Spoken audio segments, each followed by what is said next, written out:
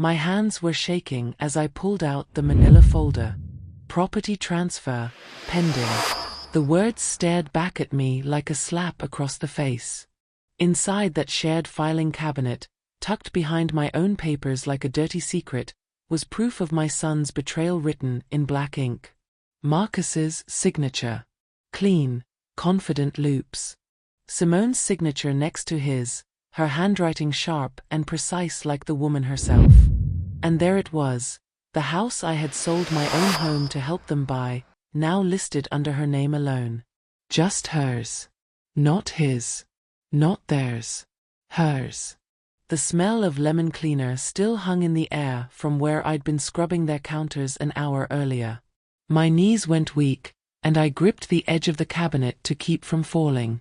72 years old, and I was just learning that love could be measured in legal documents.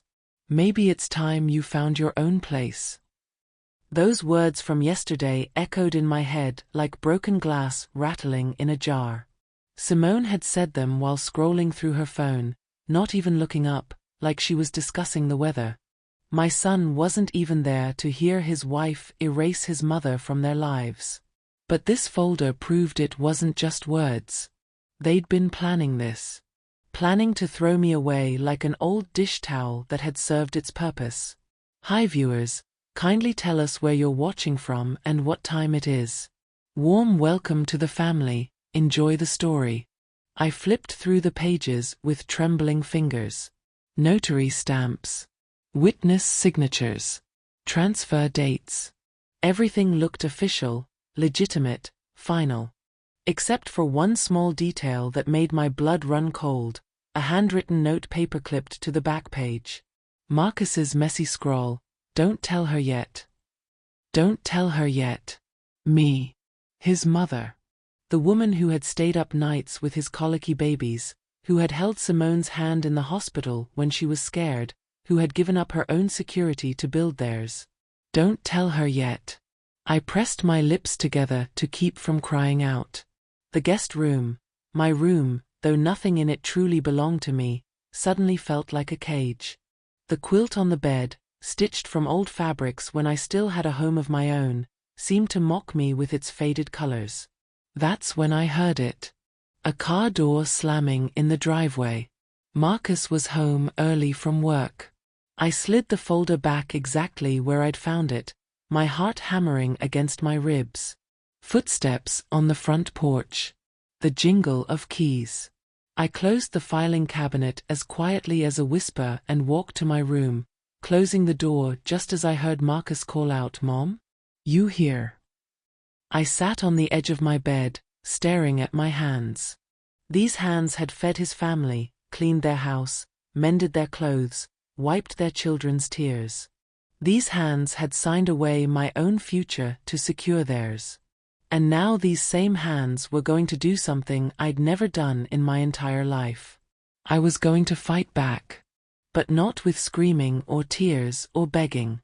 No, I was going to be smart about it. Strategic. Patient. They wanted me gone? Fine. But they were going to learn that throwing away Evelyn Hart came with consequences they never saw coming. I reached for my purse and pulled out my phone. My fingers found Dolores's number, my old co-worker from the city clerk's office. She'd retired years ago, but she still knew her way around the system. If anyone could help me understand what I was really looking at, it was her. The phone rang twice before her familiar voice answered. "Evelyn? Honey, it's been ages." "Dolores," I whispered, glancing at my closed door. "I need your help. And I need you to keep this between us." "What's wrong? You sound shaken up." I closed my eyes and took a deep breath. "I think my son and his wife are trying to steal my house." Silence on the other end. Then Dolores's voice, low and serious, "Tell me everything." As I began to speak, I heard Marcus's voice through the wall, talking to Simone about dinner plans. Their laughter drifted through the house like music I was no longer invited to dance to. But I wasn't the same woman who had walked into that filing cabinet 20 minutes ago. That woman had been naive, trusting, grateful for scraps. This woman was done being anyone's fool. I finished explaining to Dolores what I'd found. She was quiet for a long moment before she spoke again. Evelyn, listen to me carefully. Keep copies of everything you can find. Don't let them know you've seen any of it. And whatever you do, don't move too fast. Paper trails can save you, but only if you stay patient. Patient. I'd been patient my whole life. Patient while my husband worked late nights. Patient while my son grew up and moved away. Patient while I gave up piece after piece of myself to help this family succeed. But patience wasn't the same as being passive. And I was about to show them the difference. I hung up with Dolores and opened my bedroom door just a crack. Marcus was in the kitchen, opening mail. Simone was upstairs, her heels clicking against the hardwood floor she'd convinced me to help pay for. Neither of them knew that in the filing cabinet, tucked behind my insurance papers, was a second copy of that property transfer. A copy I'd made on my phone while they thought I was just their helpless old mother, cleaning their counters and staying out of their way. They wanted to play games with legal documents? Fine. But they just challenged a woman who had nothing left to lose and everything to gain. And tomorrow morning, I was going to start building a case that would make them wish they'd never heard the words property transfer. The question wasn't whether I could beat them at their own game. The question was whether they were ready for what happened when a woman who'd spent her whole life being underestimated finally decided to show her teeth. But first, I needed to make one more phone call. To someone who could tell me exactly what happens when property transfers are signed with forged dates and rushed through the system. Someone who owed me a favor from way back when. If that line cut you like it cut me, hit subscribe and tell me below. Would you keep the secret or confront them right now? The pawn shop smelled like old leather and broken dreams. I clutched my grandmother's wedding ring in my sweaty palm, the diamond catching the fluorescent light one last time before I handed it to the man behind the counter. $300. That's all 70 years of family history was worth to a stranger. But I needed cash that couldn't be traced. Cash that Marcus and Simone couldn't freeze or claim or steal. Every dollar I pulled from their system was another step toward freedom they'd never see coming. You sure about this, ma'am? The pawnbroker asked, his kind eyes studying my face. Family pieces like this, they don't come back.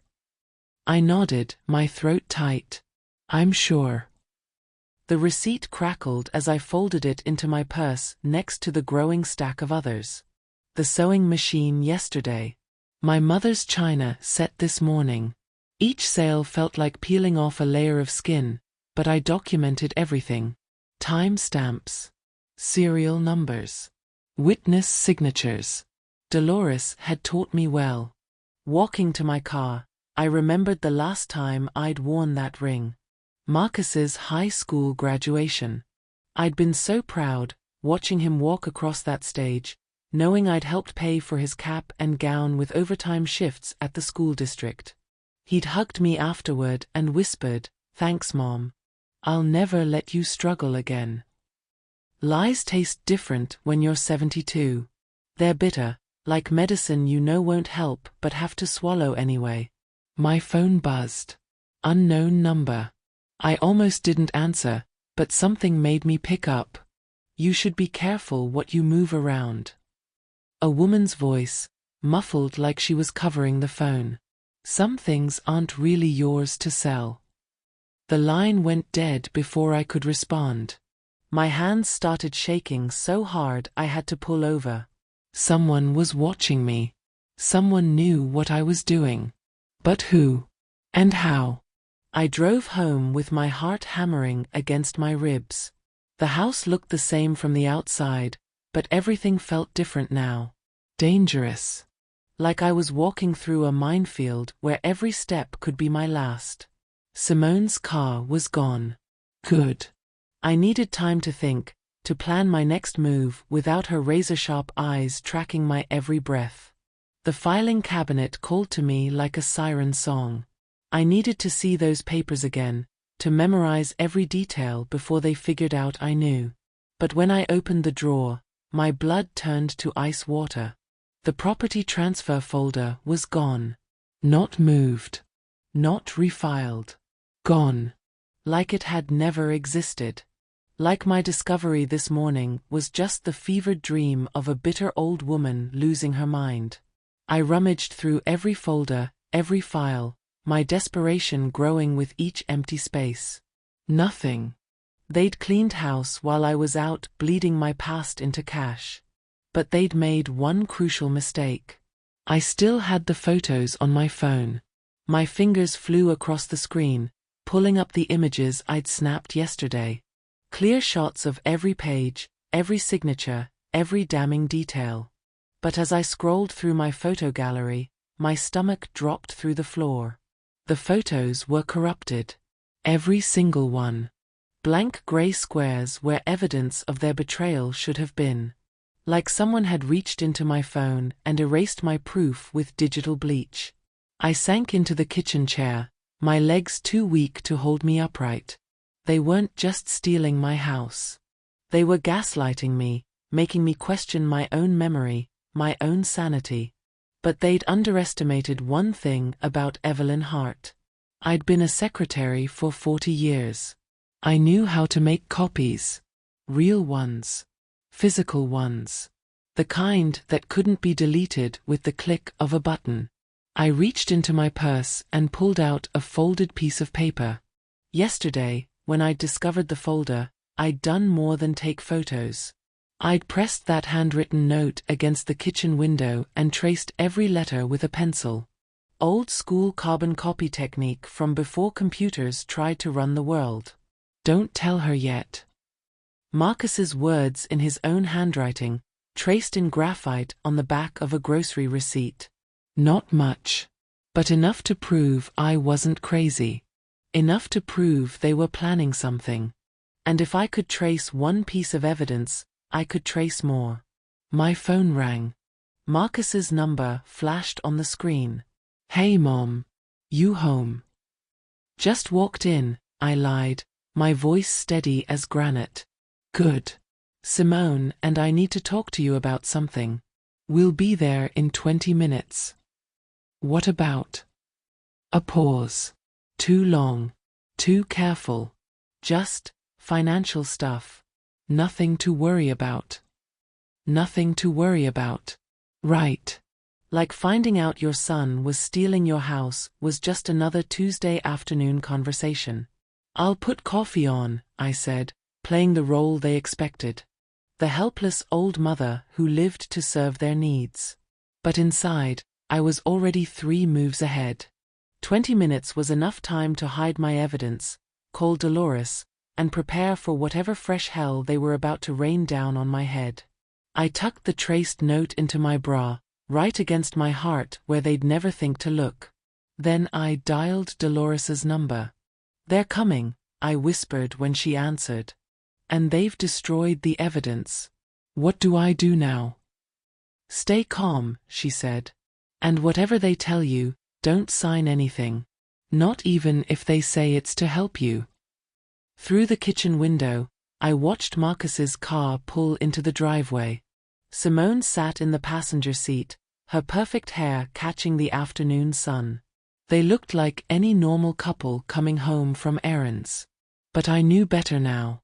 I knew that behind those familiar faces were 2 people who'd been planning my destruction while I cooked their meals and folded their laundry. The car doors slammed. Footsteps on the walkway. Keys jingling. I straightened my shoulders and put on my best grandmother smile. Let them come. Let them try to convince me I was losing my mind, that I'd imagined the whole thing. Because tucked against my heartbeat was proof that their lies had limits.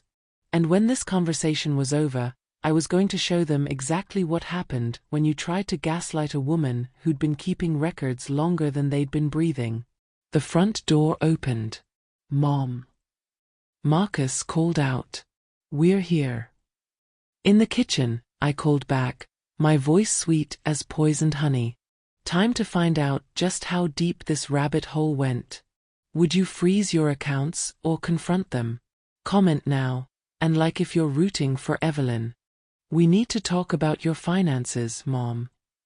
Marcus wouldn't meet my eyes as he sat across from me at the kitchen table. Simone perched beside him like a hawk ready to strike, her manicured fingers drumming against her coffee mug. I kept my face neutral, grandmother sweet, while my heart hammered against the evidence hidden in my bra. My finances? What about them? Well, Simone's voice was syrup over broken glass. We've noticed some unusual activity on accounts we help manage. Withdrawals. Sales. It's concerning. Concerning. Like my money was their business. Like selling my own possessions to survive was somehow a crime against their kingdom. I sold a few things, I said, stirring my coffee slowly. Old jewelry mostly. Spring cleaning. Marcus shifted in his chair. Mom, that sewing machine was worth more than you got for it. And grandmother's ring. He shook his head. Those weren't just things. They were family heirlooms. Family heirlooms. Rich words coming from a man who'd signed away the family house without telling the woman who'd paid for it. Maybe I wanted some spending money, I said, letting a little edge creep into my voice. Is that illegal now? Simone leaned forward, her smile razor-thin. Of course not. We just want to make sure you're making good decisions. Sometimes older people can be taken advantage of. Older people. There it was. The gentle condescension wrapped in fake concern. Like I was some doddering fool who couldn't balance a checkbook. I've been managing money since before you were born, dear, I said, my voice still steady. I think I can handle selling my own possessions. The temperature in the room dropped 10 degrees. Marcus cleared his throat. The thing is, Mom, some of those items, well, they might not technically be yours anymore. My coffee mug stopped halfway to my lips. Excuse me. When you moved in with us, Simone said, her voice getting stronger, more confident, there were some legal documents. Insurance purposes. Asset protection. Some of your belongings were transferred to our household inventory for tax reasons. Legal documents. Asset protection. Fancy words for theft dressed up in business clothes. I set my mug down carefully, my hand trembling just slightly. What documents? Marcus and Simone exchanged a look. A quick, guilty flash that told me everything I needed to know. They'd been planning this conversation. Rehearsing it. Getting their stories straight. We'll dig them up, Marcus said quickly. The point is, we need to be more careful about liquidating assets without proper consultation. Liquidating assets. My grandmother's wedding ring was now an asset to be liquidated with consultation. The sewing machine that had helped me earn extra money for 30 years was inventory in their household business. I thought about the traced note pressed against my heartbeat. About the property transfer folder that had vanished like smoke. About the corrupted photos on my phone. This wasn't just about money. This was about erasing me completely, piece by piece, until nothing was left but a grateful old woman who lived on their charity. I understand, I said, my voice small and apologetic. Playing the role they expected while my mind raced ahead to my next move. Relief washed over their faces. They thought they'd won. Thought they'd convinced the simple old mother to stay in line and stop asking inconvenient questions. Good, Simone said, reaching across to pat my hand. We just want what's best for everyone. What's best for everyone? Sure. As long as everyone meant them. They left an hour later, after more coffee and fake small talk about the weather and the grandchildren. I waved goodbye from the front porch, playing my part until their taillights disappeared around the corner. Then I went inside and called Dolores. They're moving faster than we thought, I told her. Asset transfers. Household inventory. They're trying to claim legal ownership of everything I brought into this house. Bastards, Dolores muttered. But here's the thing, honey. If they're scrambling this hard, it means they're scared. And scared people make mistakes. What kind of mistakes? The kind that leave paper trails. I made some calls after we talked yesterday. That property transfer? It was rushed through the system so fast it left digital fingerprints all over the county database. Timestamps that don't match. Notary irregularities. Someone was in a hurry, and hurry makes people sloppy. My heart leaped. What kind of irregularities? The notary stamp was used twice on the same day for different transactions. Same signature witness for both. And here's the kicker, one of those transactions was signed after business hours, but the timestamp shows office time. I gripped the phone tighter. Can you prove it? I can do better than that. I can get you copies of the digital records. The real ones, with all the metadata intact. But we need to move fast. Systems get updated all the time, if you know what I mean. I knew exactly what she meant. Evidence had a way of disappearing when the wrong people got nervous. How fast? Tomorrow morning. Meet me at the courthouse at 9. Bring cash, $200. And Evelyn? Don't tell anyone where you're going. I hung up and sat in the kitchen, surrounded by the smell of coffee and lies. Outside, darkness was falling over the neighborhood. Normal families were sitting down to dinner, talking about their days, making plans for the weekend.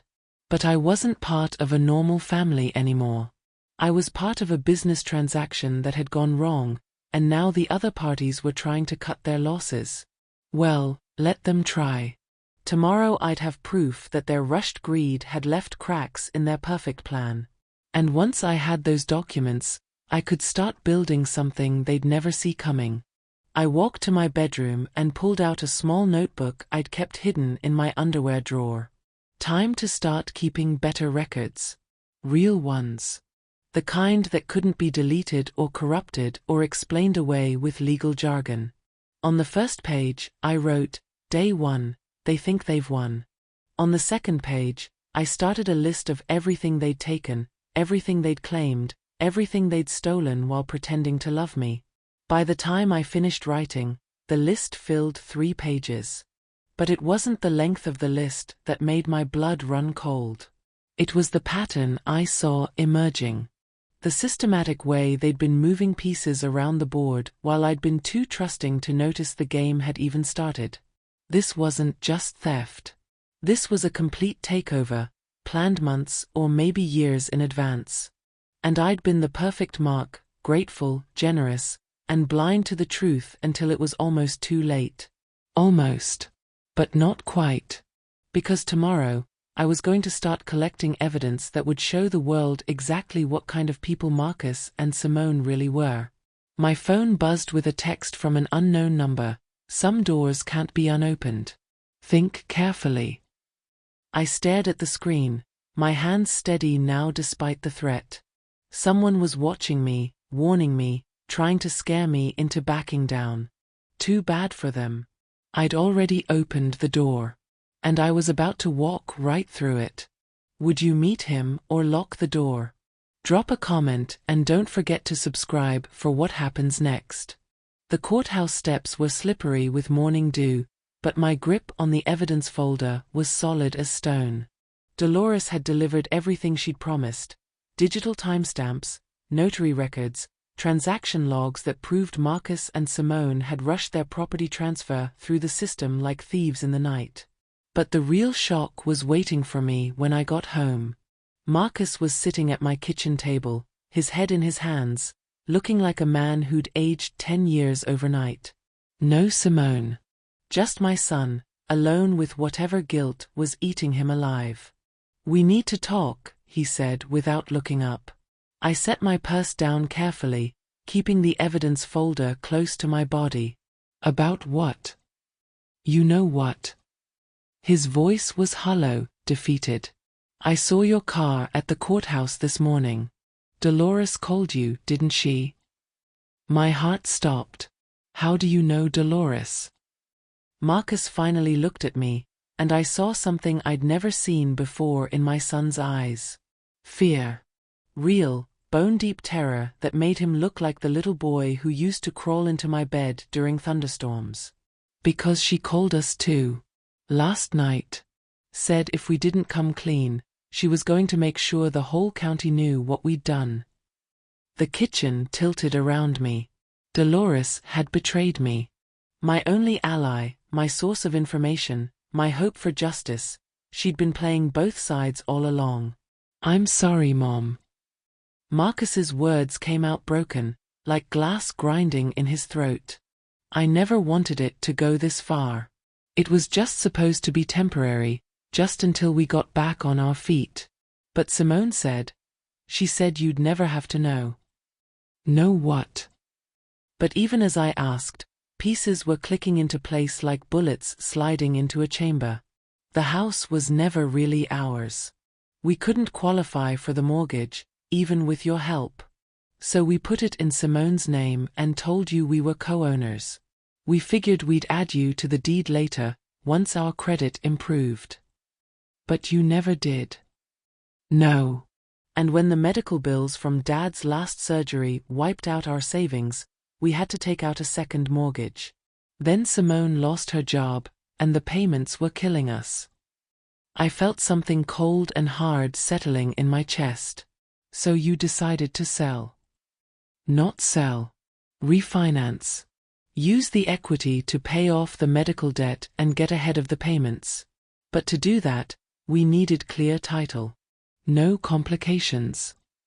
No complications. That's what I was. A complication in their financial planning. The property transfer was supposed to be temporary, Marcus continued, his words tumbling out in a desperate rush. Just long enough to get the refinancing done. Then we'd put your name back on everything, just like we promised. But Simone had other ideas. Marcus's silence was answer enough. I walked to the sink and filled a glass with water, buying time while my world rearranged itself around this new truth. The betrayal was worse than I'd thought. Not just theft, but years of lies about the house I thought we owned together. Where is she now?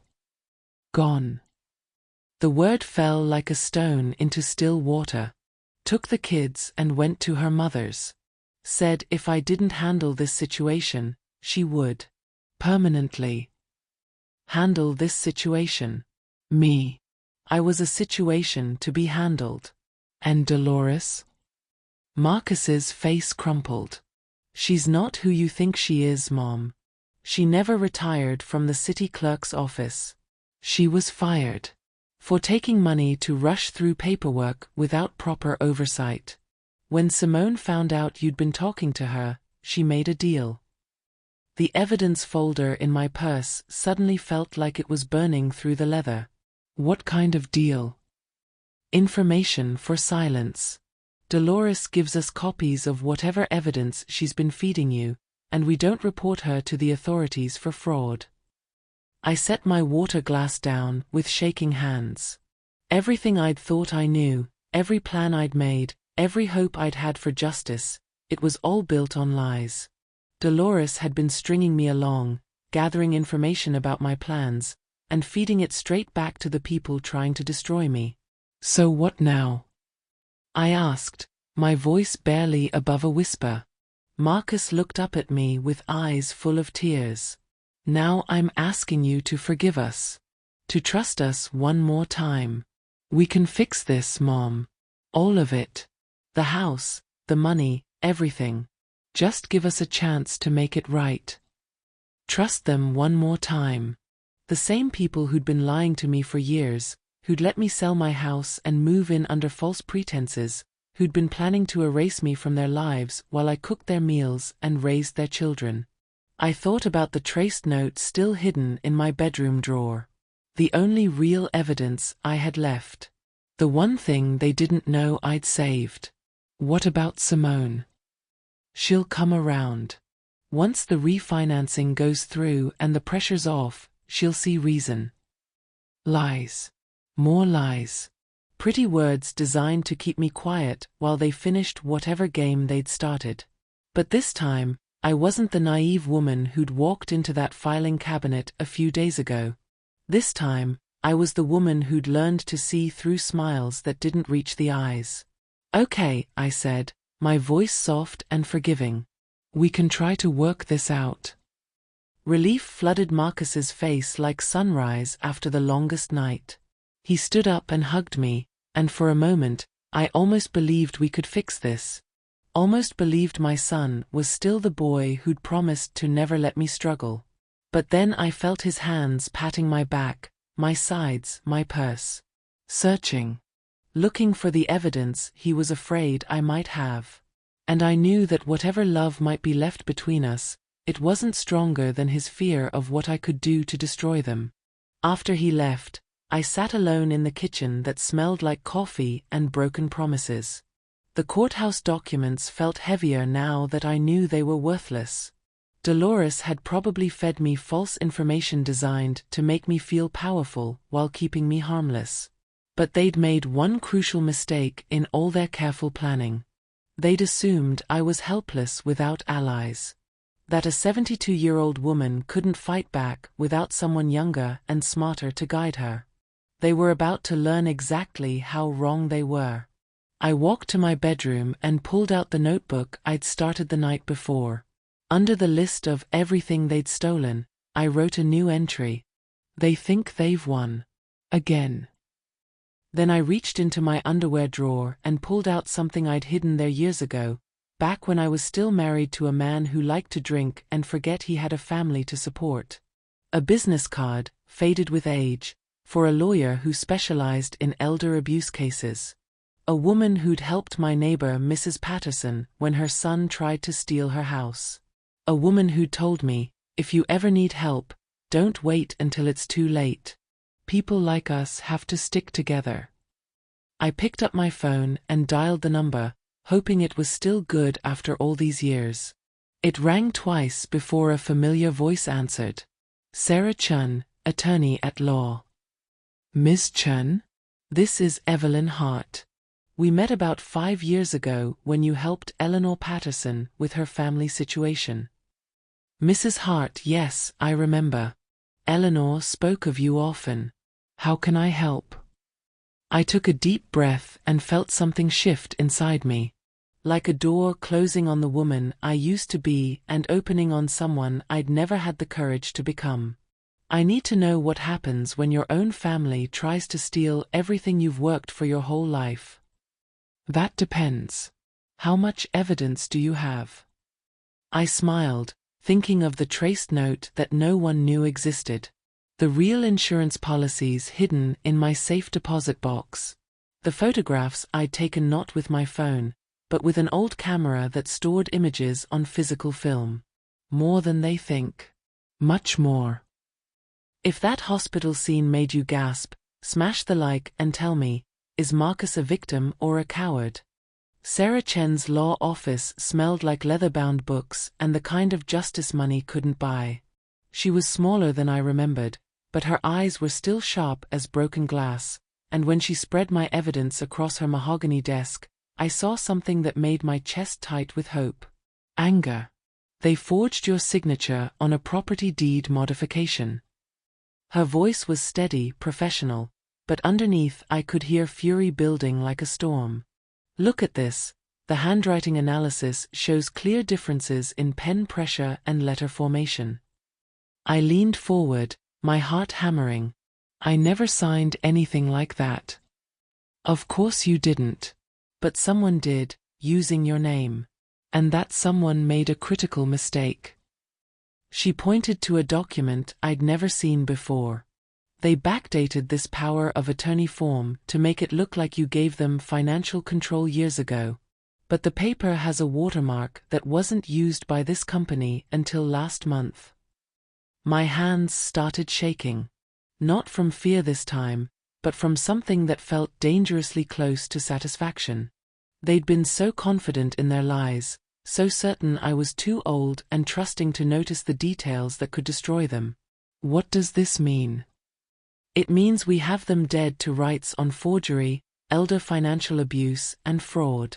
The kind of charges that come with serious jail time. Sarah's smile was sharp enough to cut diamonds. But here's what I don't understand. Why did they get so sloppy? People who plan this carefully don't usually make mistakes this obvious. I thought about Marcus crying at my kitchen table, about Simone disappearing with the children, about Dolores's betrayal that had left me feeling more alone than ever. They're scared, I said finally. Something spooked them into moving faster than they planned. Any idea what? I pulled out the traced note, the one piece of evidence no one knew I had. Sarah studied it for a long moment, then looked up at me with something that might have been respect. You traced this by hand? Old school carbon copy technique. 40 years as a secretary teaches you things. It certainly does. And this note proves they were planning to hide the property transfer from you indefinitely. She leaned back in her chair. Mrs. Hart, I have to ask, what do you want out of this? Justice? Money? Your house back? I stared out her office window at the courthouse where I'd thought I was getting help from Dolores. Where I'd been played like a fiddle by people I trusted. I want them to understand what it feels like to lose everything, I said, the words surprising me with their hardness. I want them to know what it's like to have the people you love most look at you like you're nothing but a problem to be solved. Sarah nodded slowly. That's not justice, Mrs. Hart. That's revenge. Maybe. But sometimes they're the same thing. She was quiet for a long moment, her fingers drumming against the desk like she was weighing something important. Finally, she spoke. There's something else. Something I discovered when I ran the property records on your house. She pulled out another document, this one thick with official seals and stamps. The second mortgage your son mentioned? The one they supposedly needed to refinance. What about it? It doesn't exist. There is no second mortgage, no medical debt payments, no financial crisis that would justify what they've done to you. Her eyes met mine across the desk. They've been stealing from you for the thrill of it, Mrs. Hart. Because they could. Because they thought you'd never fight back. The room tilted around me. Not desperation. Not financial crisis. Not even greed in the traditional sense. They'd destroyed my life and stolen my security because it was easy. Because I was convenient. Because an old woman's trust was something they could spend like pocket change. How long? My voice came out like sandpaper.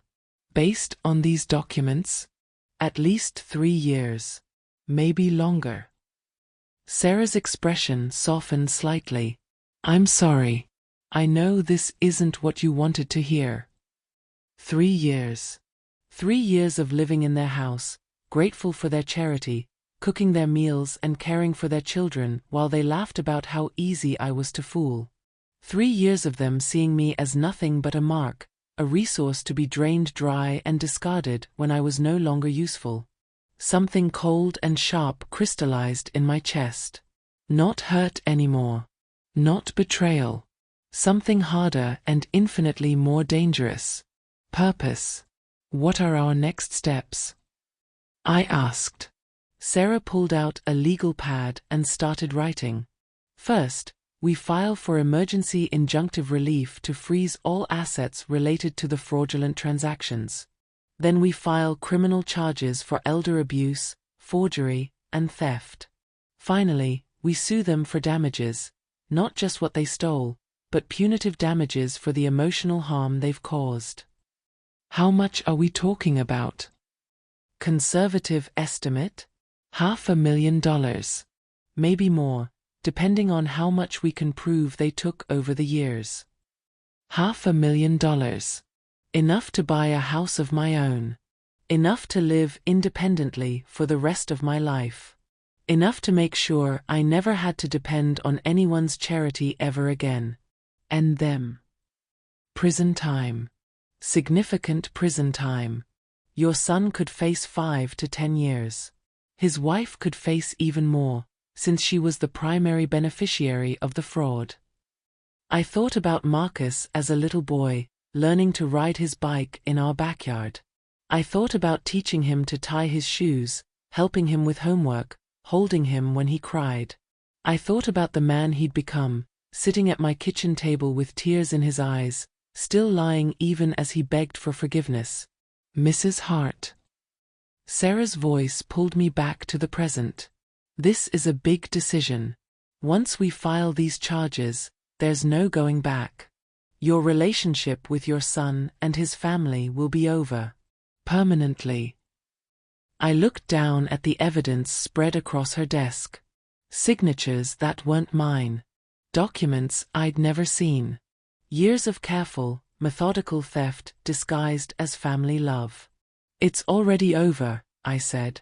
They ended it the day they decided I was worth more to them as a victim than as a mother. Sarah nodded and picked up her phone.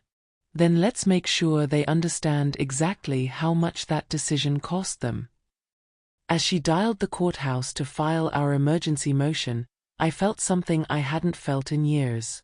Not happiness, exactly. Not peace. But something that might have been the first stirring of self-respect returning to a heart that had forgotten what it felt like to fight back. My phone buzzed with a text from Marcus. Mom, can we talk? I think there's been a misunderstanding. A misunderstanding. Right. Like 3 years of systematic theft was just a communication error. I turned off my phone and dropped it into my purse. From now on, the only communication between us would go through lawyers. The only understanding we needed was the one a judge would hand down when they learned what happens to people who mistake an old woman's love for weakness. Tomorrow morning, Sarah would file the papers that would turn my son and daughter-in-law from family into defendants. Tomorrow morning, they'd wake up to discover that their biggest mistake wasn't stealing from me. It was underestimating what I'd do when I finally stopped being grateful and started getting even. If you love plot twists, hit like now, and tell me, should she reveal it here or wait? The sheriff's deputy looked uncomfortable as he handed Marcus the papers. I watched from my car parked across the street, my hands steady on the steering wheel for the first time in weeks. Asset freeze. Criminal investigation. Court date in 10 days. Marcus read the documents twice, his face going white as fresh snow. Then he looked up and saw me sitting there, watching his world crumble the same way mine had when I found that property transfer folder. Our eyes met through the windshield. For just a moment, I saw the little boy who used to run to me when he was hurt. Then his face hardened into something I didn't recognize, and I knew whatever love had survived between us was officially dead. He pulled out his phone and made a call. 30 seconds later, my phone rang. Unknown number. You destroyed our family. Simone's voice was pure venom. I hope you're proud of yourself. I didn't destroy anything, I said, my voice calm as still water. I just stopped pretending your lies were love. You'll regret this. All of it. When Marcus goes to prison and those children grow up without their father, that blood will be on your hands. The line went dead. But her words hit exactly where she'd aimed them. The children. My grandchildren. Innocent babies who'd pay the price for their parents' crimes and my need for justice. I drove home with Simone's voice echoing in my head. Maybe she was right. Maybe I was destroying more than just the people who'd hurt me. Maybe revenge was just another word for becoming the villain in someone else's story. But then I remembered 3 years of being grateful for scraps. 3 years of living in a house I'd helped pay for while being told I was lucky they let me stay. 3 years of being treated like a burden instead of the woman who'd sacrificed everything to give them the life they wanted. No. They'd made their choices. Now they could live with the consequences. Back home, I found Sarah Chun waiting on my front porch with a manila folder and a grim expression. "We have a problem," she said. My stomach dropped. What kind of problem? The kind that involves offshore bank accounts and missing children. I unlocked the door with shaking hands. Inside, Sarah spread new documents across my kitchen table. Bank statements from accounts I'd never heard of. Wire transfers to places I couldn't pronounce. And at the bottom of the stack, a note that made my blood freeze. "Mrs. Hart, your grandson Jeremy has had an accident. If you want to see him again, drop all charges immediately. You have 24 hours. The paper slipped from my fingers like it was on fire. "They took Jeremy?" "It's not what you think," Sarah said quickly. "I called the school. Jeremy's fine. He's at home with his mother, probably doesn't even know anything's wrong. This is just intimidation. A scare tactic." But my hands wouldn't stop shaking. Jeremy was only 8 years old. My sweet grandson who still hugged me tight and told me his secrets. They were using him as a weapon against me, turning an innocent child into a pawn in their desperate game. "There's more," Sarah continued. "Remember how your son claimed they needed money for medical bills? These bank records show where the money really went. Luxury vacations. Designer clothes. A boat they bought last summer and never told you about." She showed me photographs printed from social media. Marcus and Simone on a beach in Hawaii. Simone wearing a necklace that cost more than I'd made in 6 months. Marcus behind the wheel of a speedboat with "Easy Money" painted on the side. Easy money. That's what I'd been to them. Not a mother or grandmother. Not even a person. Just an easy mark who'd hand over everything she had if they smiled pretty and called her family. How much did they steal total? Based on these records, close to $200,000 over 4 years. Maybe more that we haven't found yet. $200,000. My life savings. My security. My future. All of it spent on toys and trips while I lived in their guest room and felt grateful for the privilege. "But here's the thing that really bothers me," Sarah said. "This isn't desperation spending. This is victory spending. Like they were celebrating something." Celebrating what? Sarah pulled out one more document. A life insurance policy with my name on it. A policy I'd never signed up for, never agreed to, never even knew existed. "They took out $1 million life insurance policy on you 3 years ago, right around the time they started the systematic theft." Her eyes met mine. "Mrs. Hart, I don't think they were planning to just steal your money and kick you out." The kitchen spun around me. The threatening note. The isolation. The systematic removal of my support systems. The way they'd been pushing me toward despair, toward feeling hopeless and alone. They hadn't just been stealing my money. They'd been setting the stage for something much worse. "What do we do?" I whispered. "We call the police. Right now. This isn't just fraud anymore. This is conspiracy to commit murder." My phone rang. Marcus's number. Sarah nodded, and I answered. "Mom." His voice was shaky, desperate. "We need to meet. Just you and me. No lawyers, no police. There's something I need to tell you about Dad's death." My father had died of a heart attack 2 years ago. Sudden, unexpected, devastating. The medical bills that had supposedly driven them to financial ruin. "What about Dad?" "Not over the phone. Meet me at Riverside Park. By the old oak tree where I used to play as a kid. Come alone, Mom. Please. If you ever loved me, come alone. The line went dead. Sarah was already shaking her head. Don't even think about it. This is classic predator behavior. Isolation, emotional manipulation, playing on your parental instincts. But something in Marcus's voice had sounded different. Not the entitled anger I'd heard before.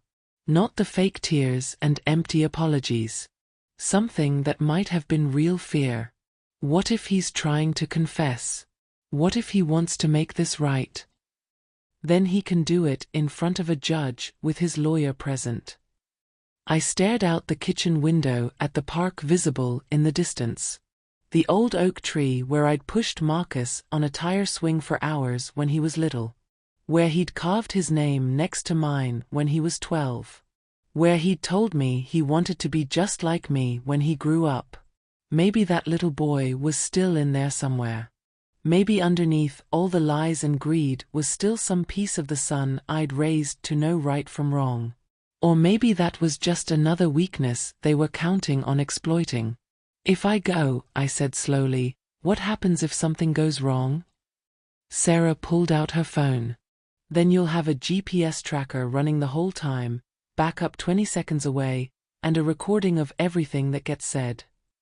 I thought about Jeremy's innocent face in that threatening note. About $200,000 spent on toys while I felt grateful for a roof over my head. About a life insurance policy designed to pay off when I was too broken to keep fighting. They'd bet everything on me being too old, too trusting, too grateful to ever fight back. Time to show them exactly how wrong they were. Set it up, I said. But if this goes bad, if they try anything, I want the whole world to know what kind of people they really are. Sarah nodded and started making calls. In 1 hour, I'd walk to that oak tree and face whatever was left of my son. In 1 hour, I'd find out if there was any love left worth saving, or if I'd have to destroy what remained of my family to protect myself from the people I'd created. Either way, the lies ended today. If you found someone sneaking your words into their stash, what would you do? Comment and don't forget to subscribe. The oak tree looked smaller than I remembered. 40 years of watching Marcus play beneath its branches, and now I was meeting him here to decide if my own son was planning to kill me. He was already waiting, leaning against the trunk like he used to when he was thinking through a problem too big for his young mind. But the man standing there wasn't the boy I'd raised. This was someone hollowed out by guilt and desperation, someone who'd crossed lines so dark he might never find his way back. You came, he said, and I heard genuine surprise in his voice. You're my son. The words came out automatic, muscle memory from decades of unconditional love. But they tasted different now. Bitter. He gestured to the bench where I used to read him stories. We sat on opposite ends, the distance between us feeling like miles instead of inches. I never meant for it to go this far, he started. Stop. My voice cut through his excuses like a blade. No more lies. No more manipulation. If you brought me here to confess, then confess. If you brought me here to threaten me, get on with it. But don't insult what's left of my intelligence with another sob story.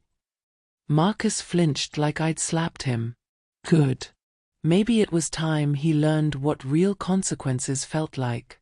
The life insurance policy, he said finally. That was Simone's idea. She said it was just smart planning, that every family should have life insurance for the older members. And you believed her? I wanted to believe her. It was easier than admitting what we were really doing. He ran his hands through his hair, the same gesture he'd made as a child when caught in a lie.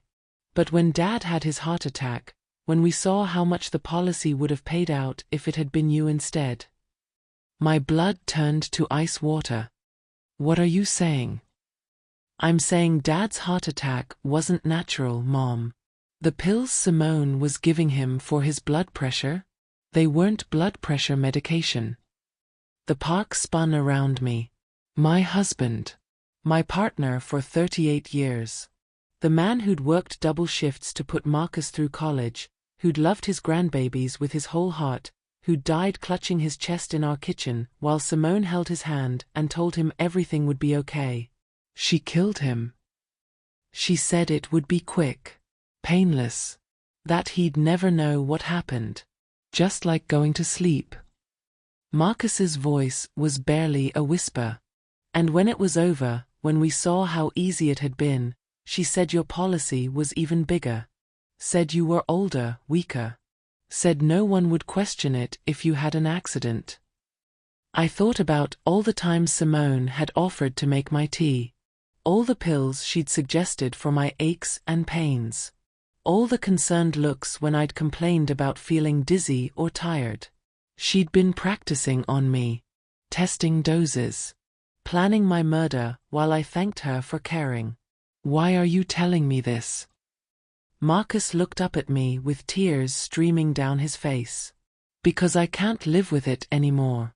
Because every time I look at Jeremy and Emma, I see them asking about their grandpa, about their grandma, and I know I'm turning into a monster they'll never be able to forgive. But you haven't stopped her. I tried. God, Mom, I tried. But she said if I backed out now, if I tried to confess or run away, she'd tell the police I was the one who killed Dad. That she'd say I forced her to help cover it up. He grabbed my hands with shaking fingers. She has evidence. Photos of me disposing of the pill bottles. Recordings of conversations where I sound like I'm in charge. She's been setting me up to take the fall from the beginning. I pulled my hands free. So what's your plan now? Kill me anyway and hope for the best. No. The word exploded out of him. I brought you here to warn you. To tell you to run, to disappear, to get as far away from us as possible before she figures out you know the truth. And live in hiding for the rest of my life? Let her win. Better than being dead. I stood up and walked to the tree, pressing my palm against the bark where Marcus had carved our names so many years ago. The wood was rough and scarred now, the letters barely visible under layers of growth and time. There's another option, I said. What? I turned back to face him, and for the first time in weeks, I felt completely calm. You help me destroy her. You testify against her. You tell the world what she did to your father, what she planned to do to me. She'll kill me. Maybe. Or maybe the police will protect you in exchange for your cooperation. I sat back down next to him.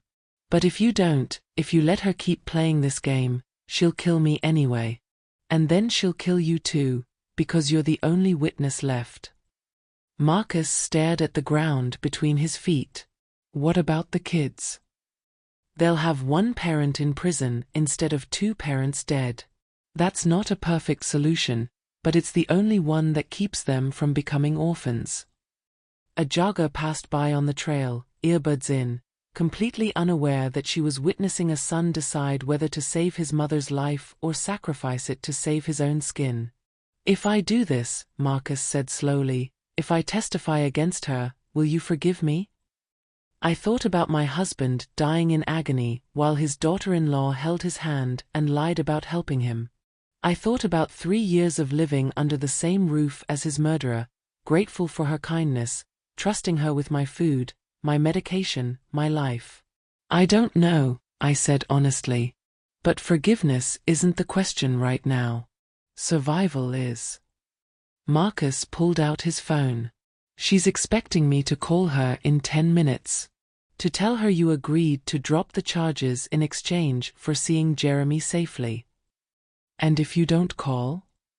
Then she'll assume the worst. That you refused, that you're too dangerous to let live. He looked at me with haunted eyes. She's already moved the kids somewhere safe. Somewhere I can't find them. If this goes wrong, if her backup plan kicks in, I'll never see them again. The pieces clicked into place. Simone hadn't just been planning my murder. She'd been planning to frame Marcus, take the insurance money, and disappear with the children. The perfect crime with the perfect scapegoat. Call her, I said. Tell her I agreed. Tell her I'll drop all charges tomorrow morning. But just do it. I have a plan. Marcus dialed with shaking fingers. Simone's voice carried clearly through the speaker. Did she cave? Yeah. She's dropping everything. Says she just wants her family back. Good. Stupid old bitch never was as smart as she thought. Simone's laughter was like glass breaking. Meet me at the storage unit tonight at midnight. We need to dispose of some evidence before she changes her mind. The call ended. Marcus looked at me with confusion and hope warring in his expression. What's the plan, Mom? I pulled out my own phone and showed him the recording app that had been running the entire time. Every word of his confession. Every detail of Simone's crimes. Every piece of evidence we'd need to put her away forever. The plan is justice, I said. The real kind. The kind that doesn't leave loose ends or second chances. I stood up and started walking back toward the street, where Sarah's backup team had been listening to every word through the wire I wore. Wait, Marcus called after me. What happens to me? I stopped and turned back one last time. That depends on how much help you are when we arrest her tonight. We. I smiled, and for the first time since this nightmare started, it felt genuine. You didn't think I came here alone, did you? You raised me better than that. If you love plot twists, hit like and tell me, would you forgive Marcus or let him face the consequences? The pieces clicked into place. Simone hadn't just been planning my murder. She'd been planning to frame Marcus, take the insurance money, and disappear with the children. The perfect crime with the perfect scapegoat. Call her, I said. Tell her I agreed. Tell her I'll drop all charges tomorrow morning. But just do it. I have a plan. Marcus dialed with shaking fingers. Simone's voice carried clearly through the speaker. Did she cave? Yeah. She's dropping everything. Says she just wants her family back. Good. Stupid old bitch never was as smart as she thought. Simone's laughter was like glass breaking. Meet me at the storage unit tonight at midnight. We need to dispose of some evidence before she changes her mind. The call ended. Marcus looked at me with confusion and hope warring in his expression. What's the plan, Mom? I pulled out my own phone and showed him the recording app that had been running the entire time. Every word of his confession. Every detail of Simone's crimes. Every piece of evidence we'd need to put her away forever. The plan is justice, I said. The real kind. The kind that doesn't leave loose ends or second chances. I stood up and started walking back toward the street, where Sarah's backup team had been listening to every word through the wire I wore. Wait, Marcus called after me. What happens to me? I stopped and turned back one last time. That depends on how much help you are when we arrest her tonight. We. I smiled, and for the first time since this nightmare started, it felt genuine. You didn't think I came here alone, did you? You raised me better than that. If you love plot twists, hit like and tell me, would you forgive Marcus or let him face the consequences? The children, I said. I want to see them. I want to make sure they know this wasn't their fault. Mom. That's the only thing that matters now. Those babies don't deserve to pay for what their parents did. I looked him in the eyes, seeing the boy I'd raised somewhere underneath the man who'd betrayed me.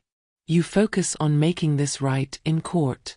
Focus on telling the truth. Focus on becoming someone they can be proud of someday. Will we ever be okay? I thought about forgiveness and justice and the difference between love and enabling. I thought about my husband dying with poison in his veins and my grandbabies growing up with the weight of their parents' crimes. I don't know, I said honestly. But we're alive. That's more than your wife was planning to leave us. The detective touched my elbow gently. We should get you home, Mrs. Hart. Long day tomorrow with statements and paperwork. I nodded and let them guide me towards Sarah's car. As we drove away, I saw Marcus still standing by the patrol car, looking smaller and more lost than I'd ever seen him. Maybe someday I'd find room in my heart for forgiveness. Maybe someday he'd earn the right to ask for it. But tonight, justice was enough. Tonight, the people who'd planned to murder me for money were in handcuffs, and I was going home to a house I'd finally be able to call my own. If that line felt like salt in a wound, hit like and say justice served in the comments. 6 months later, I stood in the courthouse hallway watching Simone's sentencing hearing through the small window in the door. Life in prison without the possibility of parole. The judge's words echoed off the marble walls like a prayer answered. Marcus had testified for 3 days, laying out every detail of Simone's plan, every manipulation, every murder. His plea agreement meant supervised probation and mandatory therapy, but he'd kept his end of the bargain. The truth, finally, in all its ugly glory. Mrs. Hart. A gentle voice pulled me from my thoughts. Jeremy stood there holding his sister Emma's hand, both of them dressed in their Sunday best for this moment they were still too young to fully understand. Grandma. Emma ran to me and wrapped her arms around my legs. At 4 years old, she still believed the world was good and safe and that grandparents were forever. Jeremy was more cautious. At 8, he'd heard enough whispered conversations to know that something terrible had happened, that his mother wouldn't be coming home, that his world had changed in ways he couldn't name yet. "Are you okay, Grandma?" he asked, and the maturity in his voice broke my heart. "I'm okay, sweetheart. More than okay." I knelt down to his level. "Are you okay?" He thought about it seriously, the way children do when adults actually listen to their answers. "I think so. Aunt Lisa says Mom did bad things, but she won't tell me what kind of bad things. And Dad cries a lot, but he tries to hide it." I looked up at Lisa, Marcus's sister, who'd flown in from Oregon to take temporary custody of the children. She nodded slightly. They'd agreed I could tell Jeremy the truth, or at least the version of it an 8-year-old could handle. "Your mom made some choices that hurt people," I said carefully. "She hurt your grandpa, and she was planning to hurt me too. Your dad helped stop her, which was very brave." "Is she going to jail?" "Yes. For a very long time." Jeremy absorbed this information with the serious expression he'd inherited from his father. "Good," he said finally. "People who hurt grandpas and grandmas should go to jail." Out of the mouths of babes. The courthouse doors opened, and people began filing out. Simone appeared in handcuffs and an orange jumpsuit, her perfect hair now limp and gray at the roots. When she saw me standing there with her children, her face twisted with rage. "This is your fault," she screamed across the hallway. "You destroyed everything. You turned my own family against me." The bailiffs moved quickly to restrain her, but her voice carried clearly through the marble corridor. "Those children will never forgive you for this. Never. You'll die alone and forgotten just like you deserved." Emma pressed closer to my legs, frightened by the yelling. Jeremy stepped protectively in front of his sister, his small body tense with confusion and fear. "Who is that angry lady, Grandma?" Before I could answer, Marcus appeared beside us. He looked thin and tired, worn down by months of legal proceedings and the weight of his own guilt. But his eyes were clear in a way I hadn't seen in years. "That's someone who made bad choices, son. Someone who forgot that families are supposed to protect each other, not hurt each other." He looked at me over the children's heads, and I saw something in his expression that might have been gratitude. "The house," he said quietly. "The lawyers said the court awarded it back to you. Full ownership, clear title." I nodded. "Your inheritance. Yours and the children's. When you're ready for it."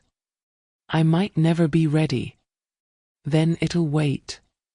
We stood there in the courthouse hallway, 3 generations of a family that had been shattered and was slowly learning how to heal. Not the same as before. Too much had been broken for that. But maybe something new. Something honest. "Mrs. Hart." Detective Williams approached with a thick folder in his hands. "Final paperwork from the case. Restitution orders, asset recovery, the works. Your financial advisor said the recovered funds should be enough to live comfortably for the rest of your life. $230,000. Every penny Simone had stolen, plus interest, plus punitive damages. More money than I'd ever had at one time, recovered from the wreckage of the worst year of my life." "What about the life insurance policy?" I asked. "Voided, obviously. Insurance fraud nullifies the contract. But the company agreed to pay out the premiums you technically paid through the stolen funds. Another $15,000. I looked down at the children, still clinging to my legs like anchors in a storm that was finally passing. "I want to set up trust funds," I said. "For Jeremy and Emma. College money. Something their parents' mistakes can't touch." Marcus's eyes filled with tears. "Mom, you don't have to." "Yes, I do. These babies didn't choose any of this. They shouldn't pay the price for decisions they were too young to understand." Lisa stepped forward with paperwork of her own. "The custody hearing is next week. If you want to petition for visitation rights, the lawyer said your testimony in the criminal case would probably carry a lot of weight." Visitation rights. Legal permission to see my own grandchildren. The final insult in a year full of them. "I don't want visitation rights," I said, and watched Lisa's face fall. "I want joint custody." The hallway went silent. Even Emma stopped fidgeting and looked up at me with wide, curious eyes. "I want to help raise them. I want them to know they have a grandmother who loves them, who will fight for them, who will never let anyone hurt them the way their mother tried to hurt me." Jeremy studied my face with those serious 8-year-old eyes. "Would you live with us?" "If you want me to.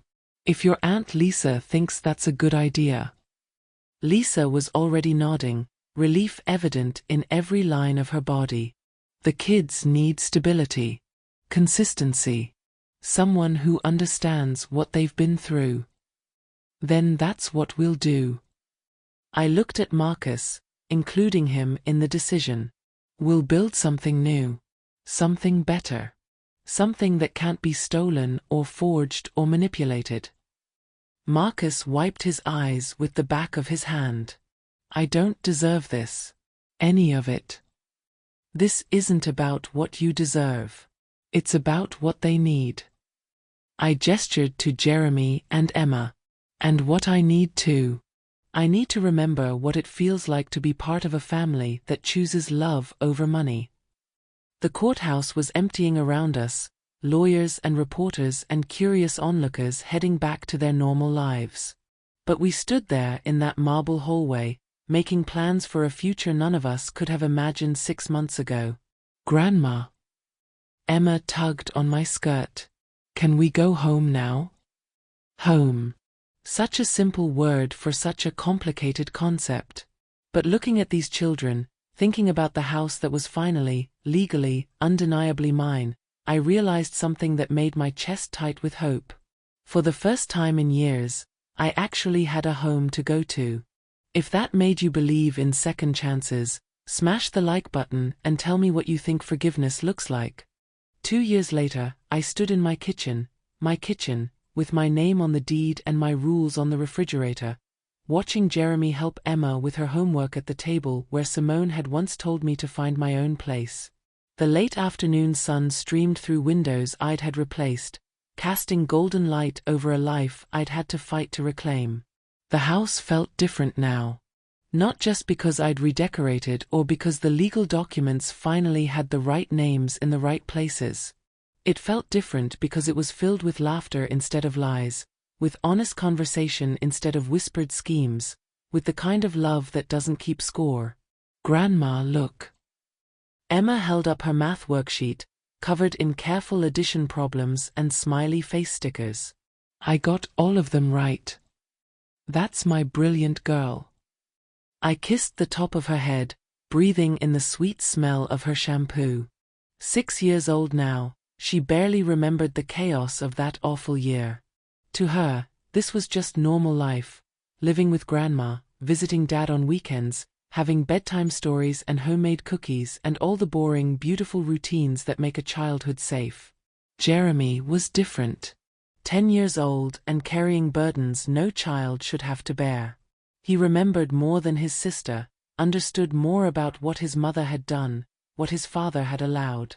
Some nights I still found him awake, staring at the ceiling, worrying about things that should be left to adults.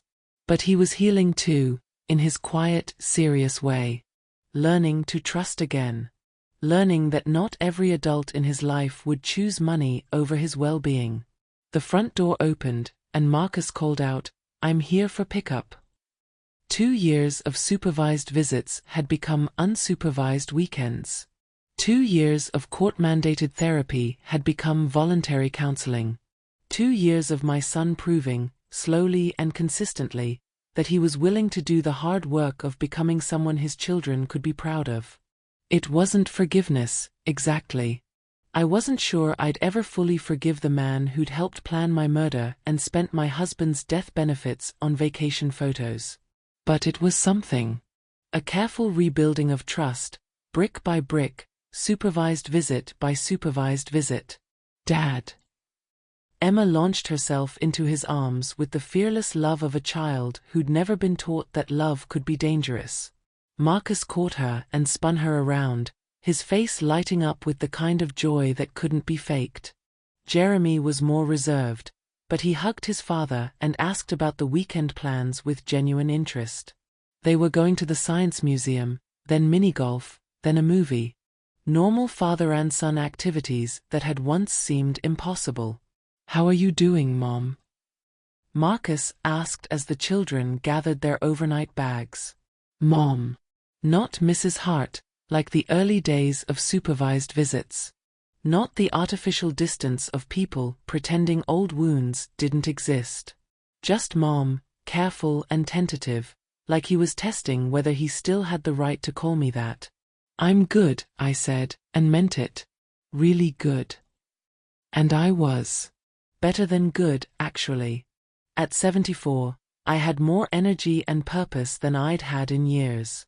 The children kept me young, their needs gave my days structure, and the house that had once felt like a prison now felt like exactly what it was supposed to be, a home filled with people who belonged there.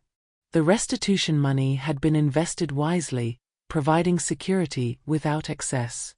The trust funds for Jeremy and Emma grew steadily, ensuring their futures regardless of what happened to the adults in their lives. The life insurance policy that had once been a murder weapon was now a legitimate protection plan with me as the sole beneficiary and responsible adult. Financial security. Legal protection. Family relationships built on honesty instead of manipulation. It had taken the worst betrayal of my life to teach me the difference between being grateful and being valued. Between being family and being used. Between love that costs everything and love that gives everything freely. "There's something I need to tell you," Marcus said after the children had gone to pack their stuffed animals. "About Simone." My stomach clenched. "What about her?" "She's been writing letters. To the kids. The prison officials have been screening them, but some of them." He ran his hand through his hair. "She's trying to convince them that you're the villain. That you destroyed their family out of spite. I sat down heavily at the kitchen table. Even from behind bars, even with a life sentence, Simone was still trying to poison the people I loved most. Have they seen the letters? No. And they won't. I made sure of that. Marcus sat across from me, in the same chair where he'd once lied about property transfers and medical bills. But she's not going to stop. She'll keep trying to turn them against you, against me, against anyone who played a role in putting her where she belongs. I thought about Jeremy's nightmares, about Emma's innocent questions about why some families don't stay together, about the careful way both children sometimes watched my face when they thought I wasn't looking. Then we tell them the truth, I said. Age-appropriate truth, but the truth. Before someone else's version reaches them first. Are you sure? They're still so young. They're old enough to understand that some people make bad choices. And they're smart enough to see through lies if we give them facts to work with. I reached across the table and covered his hand with mine. We protect them by preparing them, not by keeping them ignorant. Marcus nodded slowly. I'll talk to their therapist. Figure out the best way to explain it. We'll talk to their therapist, I corrected. Together. We're in this together now. The word together felt strange in my mouth when applied to Marcus. But it was true. Whatever had been broken between us had been replaced by something different. Not the blind trust of before, but a partnership built on shared responsibility for two innocent children who needed us both. After they left for their weekend visit, I walked through my quiet house, touching surfaces I'd chosen, looking at pictures I'd selected, breathing air that belonged completely to me. The silence felt peaceful instead of lonely, earned instead of imposed. I ended up in my sewing room, the old guest room where I'd once felt like an unwelcome visitor in my own life. Now it was filled with fabric and patterns, with quilts in progress and mending projects from the children's busy lives. The sewing machine hummed with contentment as I worked on Emma's Halloween costume.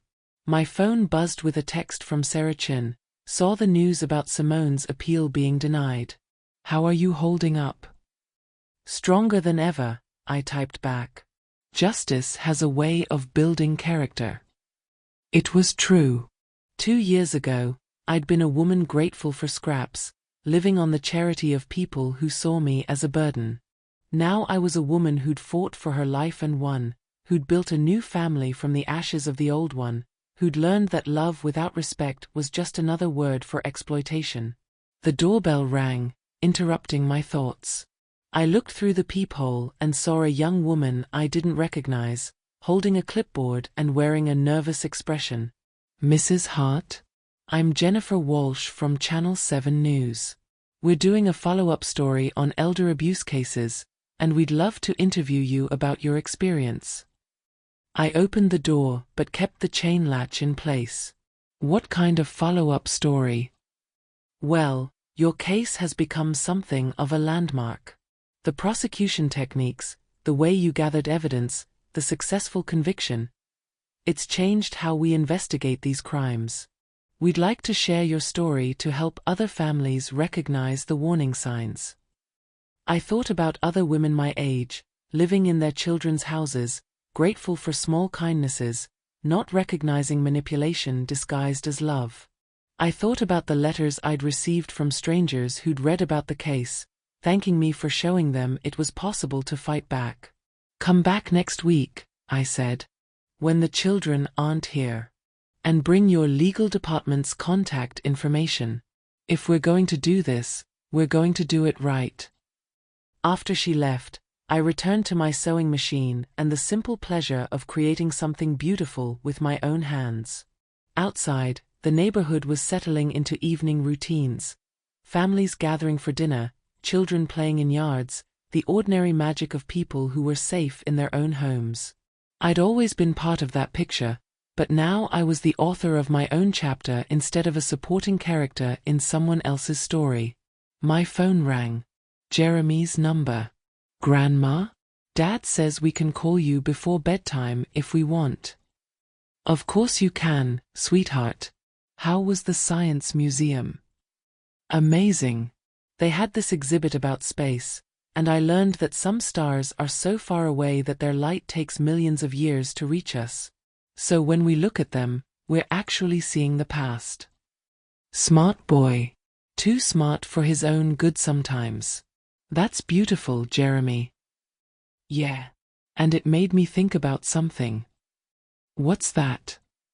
When I look at you, I don't see the past anymore. I see right now. I see home. The words hit me like a gentle punch to the chest. Home. That's what I was to him now.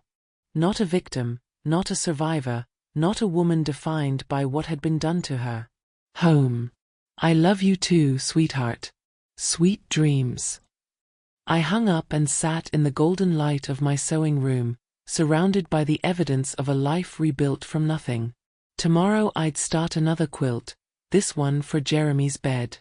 Something bright and bold and full of hope for all the years ahead. Years that belonged to me now. Years that no one could steal or forge or explain away with legal documents. I picked up my needle and began to stitch, creating something beautiful from scraps, the way I'd learned to create a new life from the pieces of the old one. And for the first time in longer than I could remember, the future felt like a gift I was excited to unwrap. That's the end of Evelyn's story, a reminder that it's never too late to fight for the life you deserve. If this story moved you, hit that subscribe button and turn on notifications so you never miss our next tale of courage, justice, and second chances. Drop a comment below sharing your thoughts. Did Evelyn handle this the right way? What would you have done in her situation?